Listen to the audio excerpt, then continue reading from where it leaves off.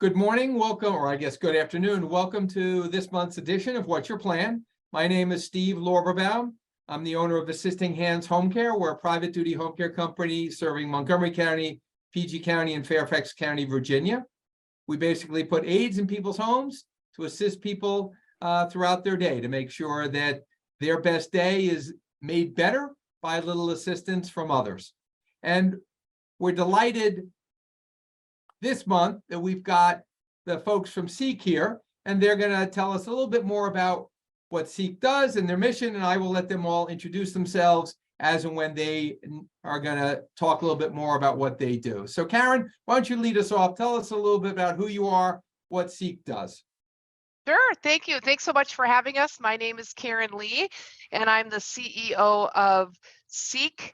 And here's the kind of funny thing: we're actually not, and it doesn't legally stand for what it says, but that's our tagline is supporting employment, equality, and community. And as it says here, I've been the CEO or the executive director since 1990, making me now about 40 years old, right? Because I started when I was 12 years old. Yay! I have had a passion through my life of supporting people with intellectual and developmental disabilities to be full members of their community. And that's what we do here at SEEC. And we help people, we say live, work, thrive, meaning we help people to live where they live, choose their own roommate, live in their own home, their own apartment, where however they want to live. Work, of course, work is how we make relationships, how we create opportunities, how we have money to make choice and control in our lives, and how people, I mean, we live in Washington, D.C. What's the first thing you ask somebody new is, where do you work, right? It's a great way. And then thrive is about how we are members of our own community. We have over 200 staff that do exactly like what you're talking about your organization does, that supports people with significant intellectual and developmental disabilities to live their life and live their day. And so whether it's helping people to choose where they live or help them to get a job and succeed on a job, or 24/7 providing support in their home to help them to eat and live and budget and everything. So there are some people we do support 24/7 in really intense supports, real personal supports, and there are some people we drop in. We saw a guy today in the office. His name is Brett, and he works at UPS, and he just came in for a little bit with his coach, but he lives in his own place and he takes the bus to his work. And so really a whole variety of ways that we help people to become acclimated in their community. We as a nonprofit have a board of directors that gives us great guidance and support, and a team of an executive leadership team of people that are smart, and you surround yourself with smart people and you get to go far. And we have program directors and then direct support professionals. We're also really passionate about the work of making sure our direct support professionals have opportunities for career growth, and a great life themselves, because when you have a great life, it's easier to help people also have a great life. And so Gotcha. Let me stop you right there. again, I have this great team. Yep, I was going to pass it on to Steve. Okay, so we'll get to Steve in a minute. Okay. What I really want to do is focus on, I know you've got a great team, but I want to understand the mission and how do people find you, right? So, let's say I have a daughter with disabilities and she needs maybe a job coach. How do I find you? Do I just like Google job coaches and you guys pop up and I call you? Or is it, I assume it's a lot more complicated than that. So what's the process? It can be complicated, but most people come into our services as a transitioning youth, meaning they age out of the school system. And so we're here as people age out of the school system. We have this transition process. So we work with the state folks that do our funding. We're funded by the Developmental Disabilities Administration. And so once you get yourself eligible for these services and you get eligible for the funding, you get a case manager, and the case manager knows us and will contact us. And we have a whole intake department that does outreach and intake and work. And so usually people start with the money, because it costs money to do these kinds of services. So we start with the people who we support, their case managers and the relationships we have with the case managers. We do Okay, sometimes let me get back calls you from up. families. Uh-huh. So I don't mean to interrupt, but let me Yeah, back you up that's a right. bit. Because what I want to understand is, so I'm a family, right? Mhm. So the problem that I often see or hear families talk about is I'm overwhelmed. I don't Yeah. know what to do. I don't know where to turn. I don't even know how to get started. So are you saying that really this has to start when someone's in school and gets an IEP?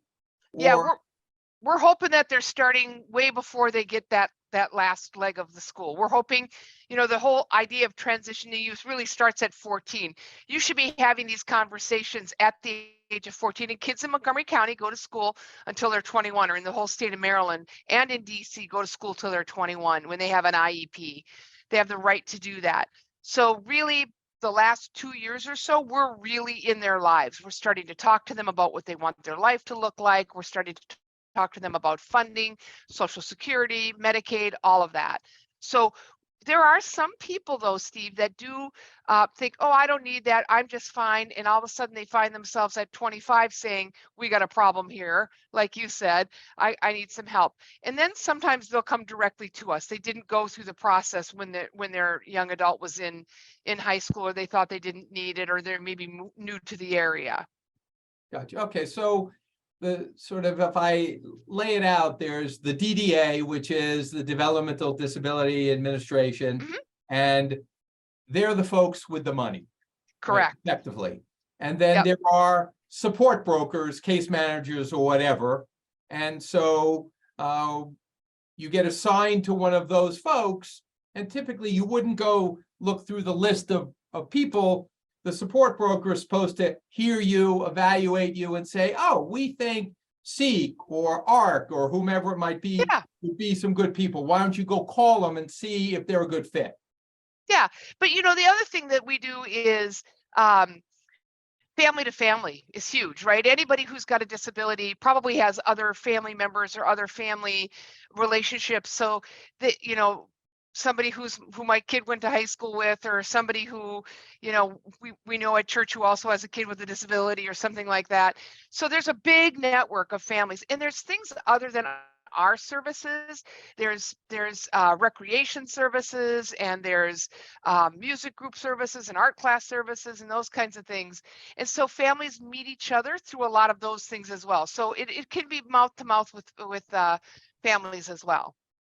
Gotcha. Okay. So, I know you all do job coaching because we have a SEEC employee working for us. And so tell me, how do companies find you, or how do you find companies? How do you, I mean, you're making a marriage. So how do you Yeah. do that? I'm going to let Steve go ahead and talk about those kinds of really critical external partnerships. Steve Blanks here, Director of Partnerships. I've been with SEEC now 23 years, so I'm a little bit behind Karen in tenure, but have worked my way through the system, and employment was actually kind of my bread and butter. And I actually have been in the industry my whole life. My older brother has intellectual and developmental disability back in Kansas City, Missouri. This is not a Kansas City accent. This is an English accent. Employment, right? So employment is the lifeblood of what we did. It's how we started back in 1987, and it is our primary kind of service that we've grown around, because people take a lot of meaning in their lives through work. They take a lot of pride out of work. They get a lot of assets and wealth and income and respect out of work. So we know that's really fundamentally important. How do we do this? Well, firstly, we got to start with a person. We got to know who they are. We got to discover their talents, discover their genius, discover their abilities, where they might work. So we do a lot of assessment, and we call it a discovery phase with people. And once we know who they are, then we have a better idea of targeting who in the world of employment, employers, have that either environment, have those tasks and needs. And then we're out. We're talking at chamber meetings. We're meeting with a network of individuals. One really fantastic group that we formed in the last 6 or 7 years is called our Business Advisory Council, which is a volunteer group of employers and people who've been employers, maybe retired HR professionals, who are helping us be better at networking, helping us connect with other employers, and helping us with our spiel, with our marketing, right? Helping us be better at connecting with the local community. So a great volunteer opportunity is Business Advisory Council, and they've been incredibly helpful for us to source new partners, employers out there. So we do much like any other business to business. We're out there knocking on doors, calling through LinkedIn. LinkedIn is a huge resource network that we do a lot of networking with assisted hands and marketing who we are to give us that legitimacy for people. So, okay, so let's say you meet somebody and they say, I would love to work in a preschool. I love kids. Yeah. So then you might look through your stable of existing partners and say, we don't have anybody. Yeah. And then we task a team of people to go find a preschool that might be close to where that person lives to. Right. Yeah, because so transportation is one of those monster things that gets in the way of anyone looking for work, but for people with disabilities, it's often even more complex.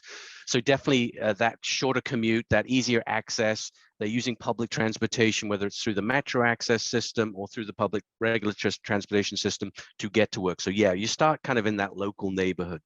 And in fact, when I'm working with somebody through that discovery phase, I'm doing a community assessment constantly. As I'm working with them, I'm still trying to figure out, okay, what's there? Who's working there? Who's got, whoa, there's a hair salon in your neighbors. Well, let's talk to them. It might not be childcare specifically, but maybe they have people come in who need childcare when you're doing that. So we're constantly keeping our eyes peeled for those local community resources.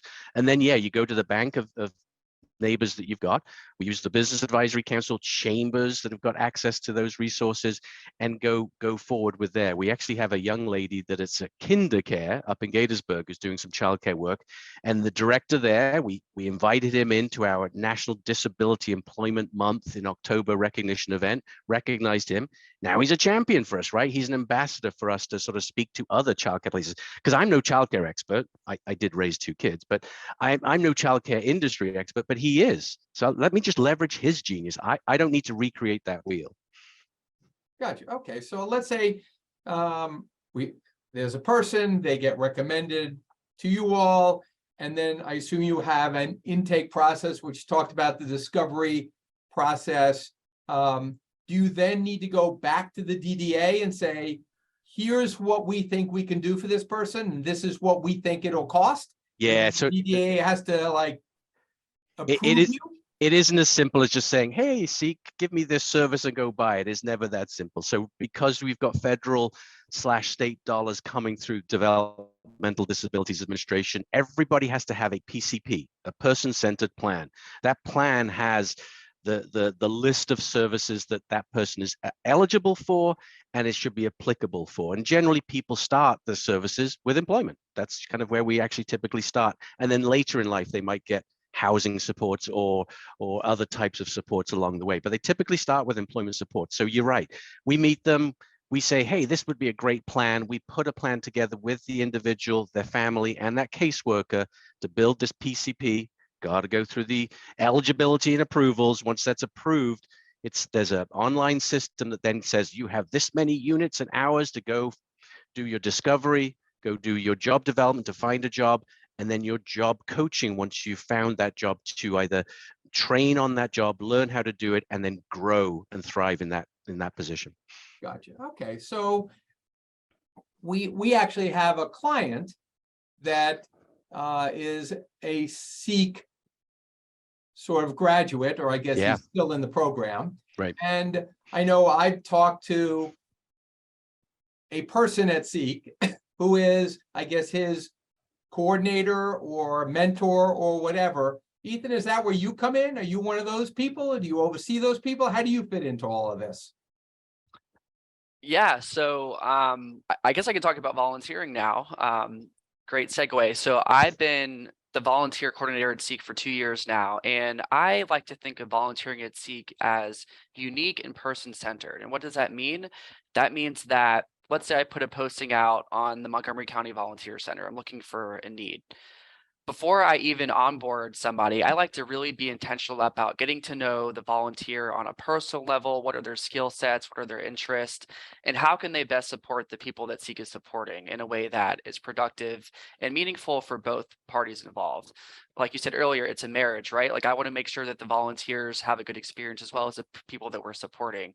So some of these things that we've been doing with volunteers have included mock interviews, helping prepare for interviews for their future job application processes, mentoring them and coaching them in different social skills, communication skills. We have Job Club, which one of our volunteers hosts every single Monday about different things that, you know, come up in the workplace that the people we support should probably learn about how to navigate.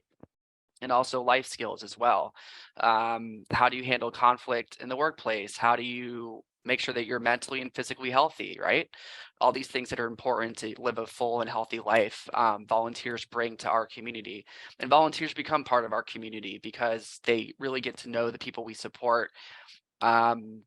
And develop relationships with them in a meaningful way. One of our volunteers actually has been working with someone that we support in our supported living program, and he's really developed an authentic relationship with them. They go out into the community together, and it's amazing to me when I hear volunteers tell me the progress that they've seen in the people we support, both socially and professionally. And it's been great to see that journey with the volunteers. And like I said, you know, it's all about customizing the experience for the volunteer and the people we support. Gotcha. Okay, so I know about your job skills and coaching and sort of mentoring programs, but you mentioned other activities that people do and supported housing. So tell me a little bit about that. What's involved with the supported housing program? Yeah, so supported living is a program that we're really starting to build this volunteer pipeline with. So a lot of the volunteers that are involved with supported living, they visit the people we support in their homes to kind of, you know, get them, or they get them out of the house to go for walks around the neighborhood. They take them out into the community. And we really want them to develop relationships with the people that live around them, near them, so that they have companionship, because we all want that in life, right? We all want relationships that are meaningful and valuable, and volunteers have really done that in supported living. And Okay, you know, so it's like a buddy program, if you will. yeah, we call it, we don't have a name for it yet, but we Right. call it friendship matching. Gotcha. Okay. Yeah. And Karen, are there any specialized programs that are supported housing? Like I know, and I'm sure you all know Main Street, where, you know, that's a supported housing kind of program. Do you have something that's similar to that you all do? What's the supported housing all about? Main Street is really the physical building, right? I mean, they've got a couple of classes and get-togethers and things, but when people who are in the apartment at Main Street, when they need support and help, they get it from an organization like ours. So Okay. besides the volunteers that do some of those other things, everybody is matched to a coordinator and staffing and support. So we do up to 24/7. We don't have our own facility. Our belief is that people should be integrated into the general population. And so instead of having people kind of in a segregated or a separate place for people with disabilities, we want them to have the opportunity for integration with friendships and regular partnerships that you would have for a neighbor. Hey, I'm going over to the store to get some milk. Do you need me to pick you up anything? You know, that kind of thing. And so we have staff that support people up to 24/7. Sometimes we have staff that just drop in.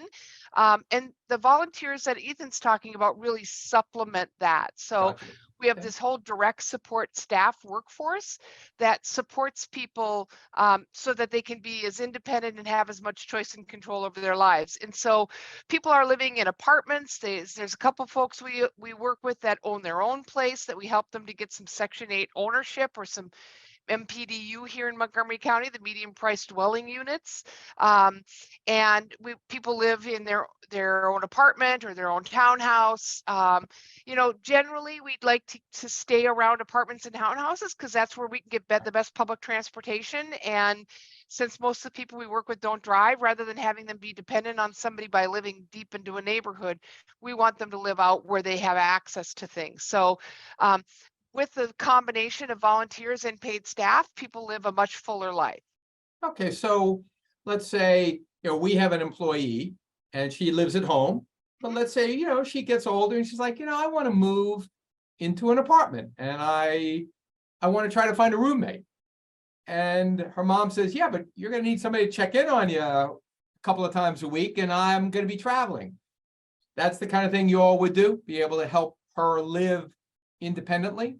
Yep, absolutely. Make a budget and create an opportunity to meet other people and teach them how to go grocery shopping and how to get their food in and how to cook the food and how to keep the house clean and how to pay their bills and all of that. But also sometimes people need more than that. They actually might need somebody to help them in the bathroom, or they might need somebody to help them to to cook their meals or something. So whatever, we work with people who have all spectrum of support needs, and Gotcha. so just really different for everybody.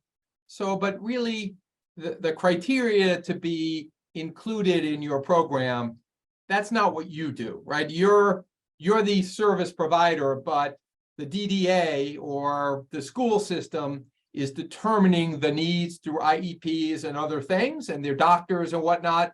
And then you're told, here's a person with this basket of needs, and it falls within your purview. Is that how it works? Yeah, or people, or really they'll say, here, we'd like you to meet, we'd like you to meet Bill. And we really do the assessment of what their needs might be. And we might go back to the state and say, we've got this annual plan we've done.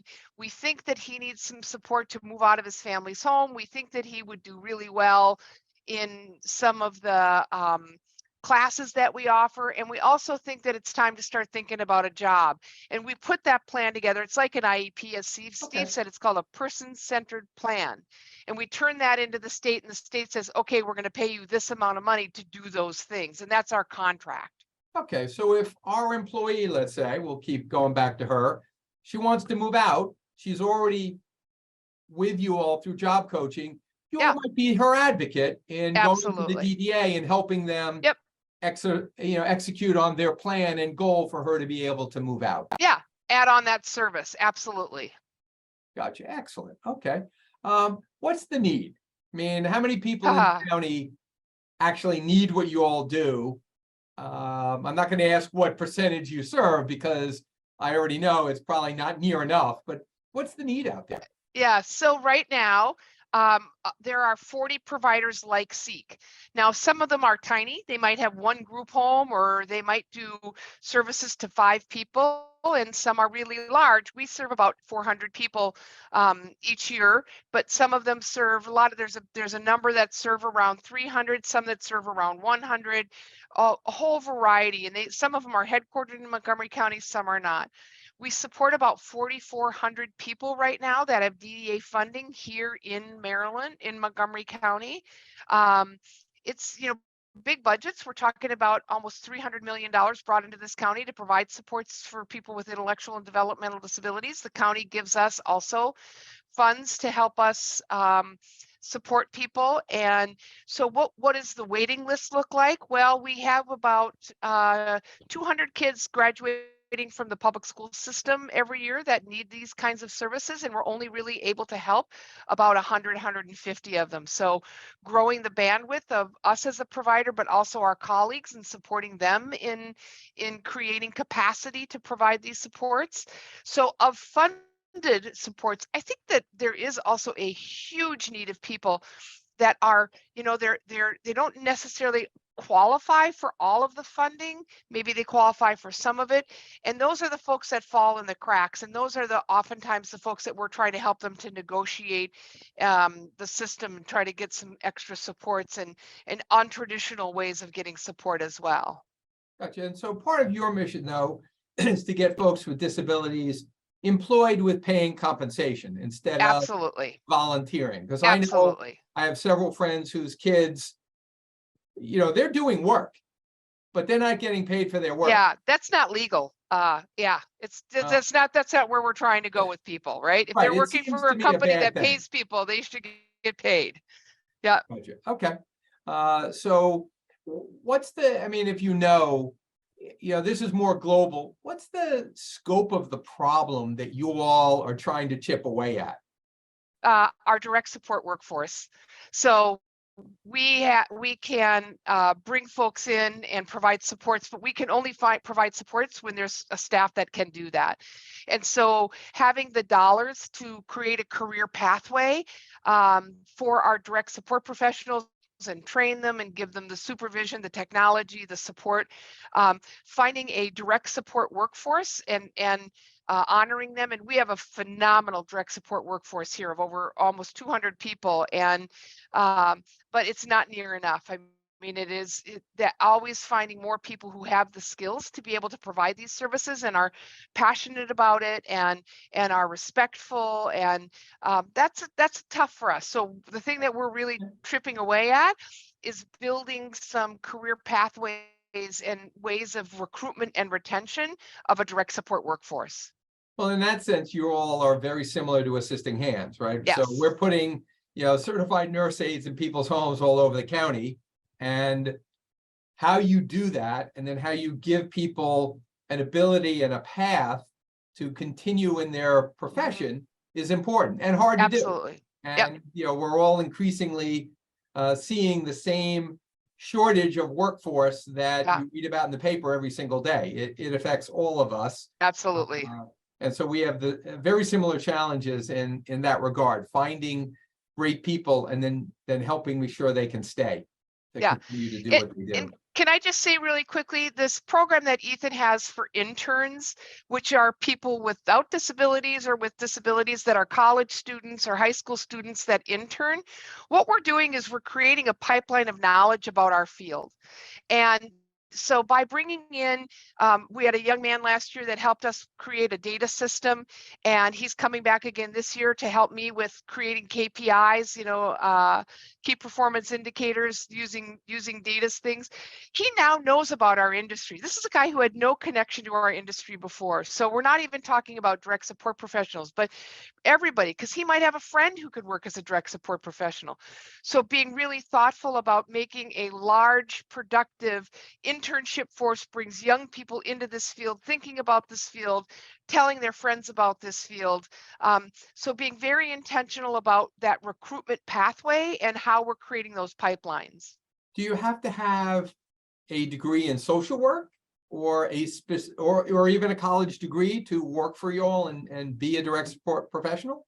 So generally the direct support professionals do not have that degree, but we do a Okay. significant amount of training.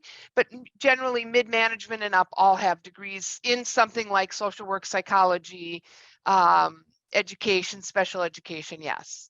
Okay, well, I'm mindful we have only about a minute left, and I know you have to go. I think, Patricia, we've answered all the questions that were in the chat. Any other questions that anyone has, or any final thoughts you all have that you want to make sure that I address? I think one of the issues that came up, and especially since we deal with a lot of older folks, is aging parents who are now needing more support than they can offer their grown children. And are you seeing that cycle through, and are you addressing anything that can help those kids and their aging parents? Yeah, Steve, you want to talk about moving out for real quickly? Yeah, I mean, the supported living program as a whole is really there as the infrastructure to help people have an option, right?